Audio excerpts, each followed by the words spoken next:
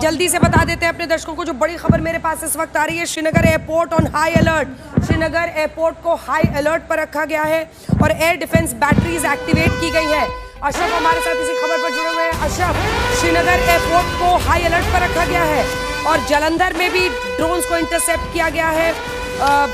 बड़ी खबर ये हम बता रहे हैं आपको। पूरा जो पाकिस्तान में भी आप देखिए तो जो तमाम बॉर्डरिंग इलाके हैं, जैसलमेर हो राजस्थान में या फिर पंजाब का इलाका हो, जहां पर हम आपको लगातार बता रहे हैं कि जालंधर हो, कई जगह है, पठानकोट, लेकिन सबसे बड़ी बात यही है कि एयरबेस पूरी तरह से सुरक्षित है।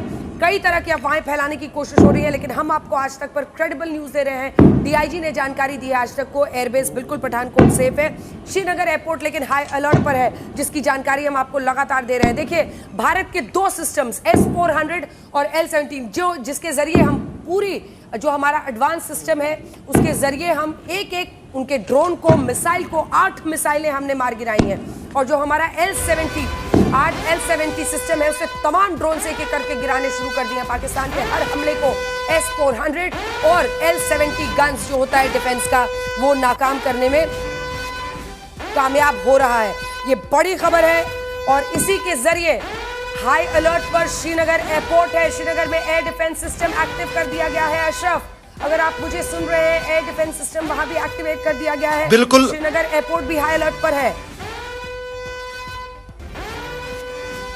बिल्कुल, दरअसल काफी महत्वपूर्ण श्रीनगर एयरपोर्ट है और पहले दिन जब ऑपरेशन सिंदूर की शुरुआत भारत की सेना ने की थी, भारत की वायुसेना ने की थी, उससे 2 घंटे पहले ही श्रीनगर के एयरपोर्ट को बंद कर दिया गया था सिविलियन उड़ानों के लिए और 10 तारीख तक वो बंद है। यहाँ पर करीब 35 फ्लाइटें श्रीनगर इंटरनेशनल एयरपोर्ट पे आती हैं, लेकिन जब जरूरत पड़ती है तब वायुसेना उसका इस्तेमाल करती है और टेक्निकल एयरपोर्ट भी वही है, उसी के बगल में है। लेकिन उससे भी महत्वपूर्ण एक एयरपोर्ट जो कश्मीर में है वो अवंतीपोरा एयरपोर्ट है, एयरबेस है, जो वायुसेना की फिक्स्ड एयरबेस है। इन दोनों पर जो है एयर डिफेंस सिस्टम पहले से ही हमेशा तैनात रहता है। लेकिन इन एयरपोर्ट्स के अलावा जो LOC का इलाका है, वहां पर मैं पिछले 7-8 दिन के दौरान लगातार अलग अलग सेक्टर्स में जा रहा था। वहां पर सबसे ज्यादा जोर है इसी बात को लेकर दिया जा रहा था। सुनील जी भट्ट जुड़ गए हैं। सुनील जी, वहां पर जम्मू में तो जम्मू यूनिवर्सिटी के पास ड्रोन गिराई जा रही है हर जगह।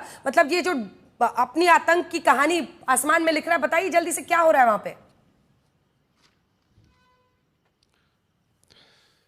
अंजना, आज शाम से ही अगर हम देखें तो अचानक से जम्मू शहर के आसपास जो है धमाकों की आवाज़ सुनाई दी। उसके बाद ये पता चला कि दरअसल पाकिस्तान का निशाना जम्मू एयरपोर्ट था और वहाँ पर तुरंत जो हमारा एयर डिफेंस सिस्टम है वो एक्टिवेट किया गया।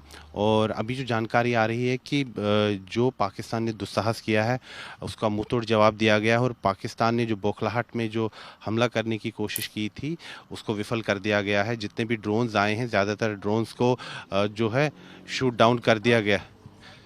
और यहाँ पर अंजना, इस समय भी अगर आपसे कहूँ कि लगातार यहाँ पर धमाकों की आवाज़ सुनाई दे रही है।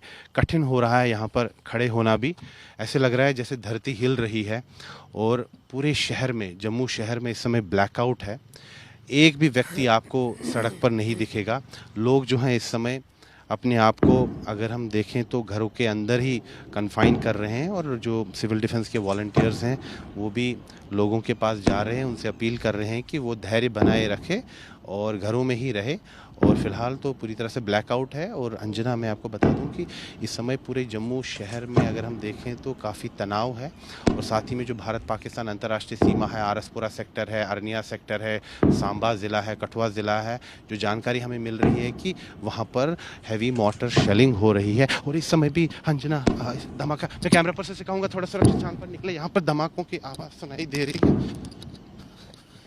नीरज, यहाँ पर धमाकों की आवाज सुनाई दे रही है। काफी लाइट कम कर लीजिए, लाइट कम कर लीजिए, लाइट कम कर लीजिए। सुनील जी, लाइट बोलिए कम करेगा। लाइट कम कर। आप अपने आप को सुरक्षित रखिए। अब कोई भी जानकारी आपके पास और आती है हम बताएंगे, अपने दर्शकों को दिखाएंगे, क्योंकि आपकी सुरक्षा बड़ी है। लेकिन आपको बता दें, पाकिस्तान को भारत मुंहतोड़ जवाब दे रहा है। हर नापाक कोशिश जो रात के अंधेरे में वो करने की कोशिश कर रहा है। तो ये देखिए, स्वॉर्म ड्रोन्स एक साथ, एक समूह होता है, ग्रुप ऑफ स्मॉल ड्रोन्स, अलग अलग तरीके के ड्रोन्स, उन सबको निष्क्रिय कर रहे हैं। जम्मू यूनिवर्सिटी से लेकर अखनूर, तमाम जगहों पर, पठानकोट, इन तमाम जगहों पर भारत लगातार, भारतीय सेना जबरदस्त तरीके से डटी हुई है। हमारा S-400 और इसी के साथ साथ जो हम L-70 हमारा एयर डिफेंस सिस्टम है, एयर गन है, डिफेंस गन है, उसका हम इस्तेमाल करके पठानकोट एयरबेस के पास जहां पे कुछ ही देर पहले सायरन बजना शुरू हो चुका था और पठानकोट को पूरा ब्लैकआउट कर दिया गया है। लोगों द्वारा घरों की लाइट को भी बंद करवा दिया गया है। सूत्र हैं इस वक्त खड़े हैं पठानकोट एयरबेस के पास जहां पे कुछ ही देर पहले सायरन बजना शुरू हो चुका था और पठानकोट को पूरा ब्लैकआउट कर दिया गया है। लोगों द्वारा घरों की लाइट को भी बंद करवा दिया गया है।